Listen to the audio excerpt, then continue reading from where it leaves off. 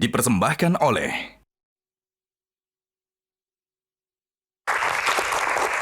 Ya, kembali di Q&A masih bersama Ibu Halidah Hatta, Mbak Inaya Wahid dan juga Bang Ilham Habibie. Nah, sebelum kita lanjutkan perbincangan, tadi kita masih ingin berdiskusi tentang pertanyaan kedua Mbak Tejo tentang buku ya Mbak Tejo. Karena Pak Hatta itu kan erat kehidupannya dengan buku beliau. Iya. Iya kan? Iya, ribuan ya bukunya ya. Ribuan buku. Kalau sekarang kan memang kayak literasi itu kurang ya Mbak Tejo. Itu Maksudnya di rumah politisi nggak ada buku sekarang. Maksudnya gitu. Iya, adanya kemarin sih temuannya nggak ada bukunya sih. Nggak ada buku yang lain. Nggak ada buku tapi ada Iron Man. Itu artinya isi kepalanya nggak ada tapi melihat rakit cuma mainan. Oh wow, tentang giat. Ngeri. Boleh minum nggak sih? Boleh Mbak, boleh Mbak, Silakan minum. Kenapa haus Mbak?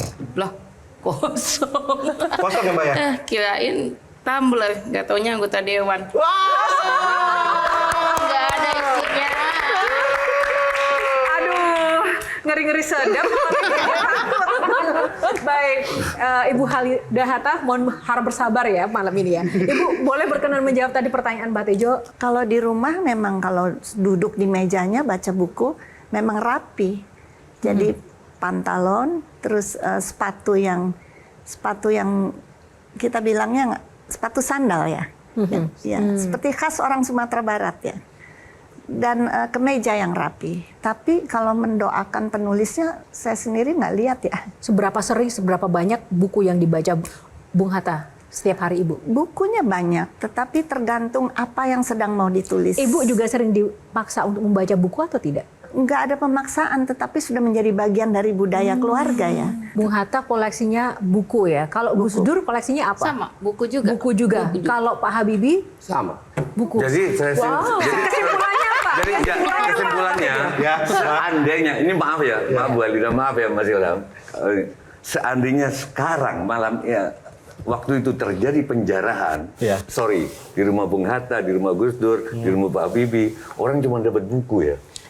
Pak Tejo, kalau mau jalan di rumah Gus Dur nggak dapat apa-apa karena Gus Dur itu bahkan setelah nggak jadi presiden itu minjem duit ke anaknya karena nggak punya duit. Kalau sekarang kan bajakin rakyatnya kan. Kita masih ada lanjutan box yang akan kita buka box kedua. Mbak Inaya, box nomor berapa untuk segmen kali ini? Sesuai urutan saya jadi 4 boleh. 4.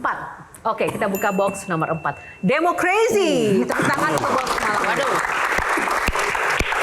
Kalau tadi kita sudah mendengar perspektif dari Gus Dur, Bung Hatta, saatnya kita mendengarkan perspektif dari Mas Ilham Habibie. Mas Ilham, sebelum saya persilakan panelis, seandainya almarhum Bapak melihat situasi bangsa saat ini, kira-kira beliau akan berpikir atau mengatakan apa ya, Mas Ilham?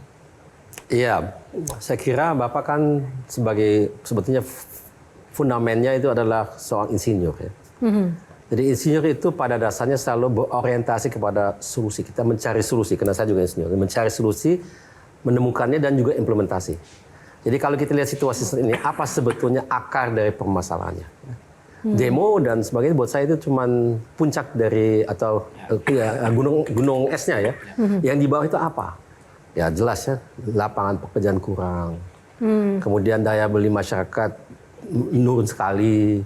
Harga naik sebagian ya, tapi nggak semuanya. Dan lain-lain ya. Itu yang pasti menjadi fokusnya. Karena tidak ada gunanya kita mendamaikan demonstrasi, tapi masalah fundamentalnya nggak selesai. Ini dia masalah utamanya. Itu yang penting. Ini menarik. Nanti kita akan ulas Mas Ilham, tapi kita mau lihat dulu flashback sejenak apa yang menjadi kata-kata mutiara para pendahulu kita, Pak Habibie dan juga Gus Dur. Pak Habibie, kalau saya tidak mengubah sistemnya, maka saya akan menjadi bagian dari sistem yang salah. Oke, kita akan langsung juga lihat Gus Dur. Kekuasaan adalah amanah yang harus digunakan demi kesejahteraan rakyat. Sangat powerful sekali apa yang disampaikan Pak Habibie dan juga Gus Dur. Menurut Mas Ilham, relevansi dengan situasi sekarang seperti apa? Saya kira pertama yang saya ingin sampaikan mirip dengan Mbak Inaya. Kita harus sadar sebagai orang dimanapun kita berada tujuannya bukan kekuasaan. Tujuannya adalah kita mengubah situasi, kita memperbaiki masa depan, kita mencari solusi. Kekuasaan itu adalah alat yang kita harus gunakan untuk mencapai tersebut, tapi bukan tujuan sendiri. Itu banyak orang yang keliru dengan itu, saya kira. Benar itu ya. Tapi itu memang bagian daripada masalah terkait dengan kekuasaan. Kekuasaan itu sebetulnya membuat orang dia bisa menjadi nggak pernah, dia selalu haus gitu ya, nggak pernah puas, kayak kayak kecanduan gitu ya. Dan ada juga yang disebut sebagai mabuk kekuasaan atau kecanduan kekuasaan. Itu memang sesuatu hal yang susah ditangani oleh manusia ya. Saya kira itu memang satu kenyataan universal gitu ya. Jadi semua orang menghadapi itu. Jadi memang tidak semua orang bisa menangani dirinya kalau dia sudah berkuasa. Tidak bisa menangani dirinya ketika dia Karena sudah dia berkuasa. Berasa ya dia sudah di atas semuanya.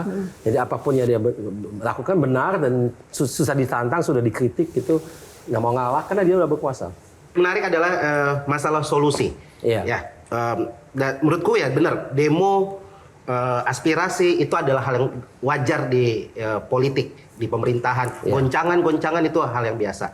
Tapi yang kita bisa lihat, Bung Hatta, Gus Dur, dan Pak Habibie selalu mempunyai solusi terhadap suatu masalah. Tapi apa yang membedakan dengan pejabat-pejabat kita? Solusinya serasa nggak ada atau lambat. Apa yang membedakan? Value apa sih sebenarnya yang membedakan atau kenapa sih? Mulai dari niat.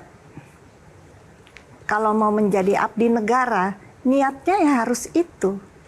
Tidak memikirkan diri sendiri, memimpin itu siap menderita. Dan lepaskan semua ego-ego untuk kepentingan sendiri. Kan orang tuh punya kepintaran dan punya juga rezeki dari Tuhan. Ambillah yang halal. Tetapi hidupnya itu harus untuk tanah air dan bangsa dan masyarakat, karena memang sudah memilih jalur itu. Niatnya apa? Ya kalau Bung Hatta ya jelas lah, pergerakan nasional ingin Indonesia merdeka. Jadi apa sih Indonesia merdeka itu? Supaya rakyatnya bahagia. Habibie yang mengajarkan kita ketenangan dalam situasi apapun. Dan terima kasih buat para pejabat kita yang sudah mengajarkan kita bahwa badut tidak hanya ada di acara ulang tahun.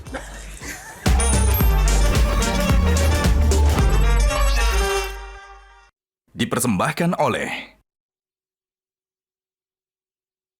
Jelajahi cara baru mendapatkan informasi. Download Metro TV Extend sekarang.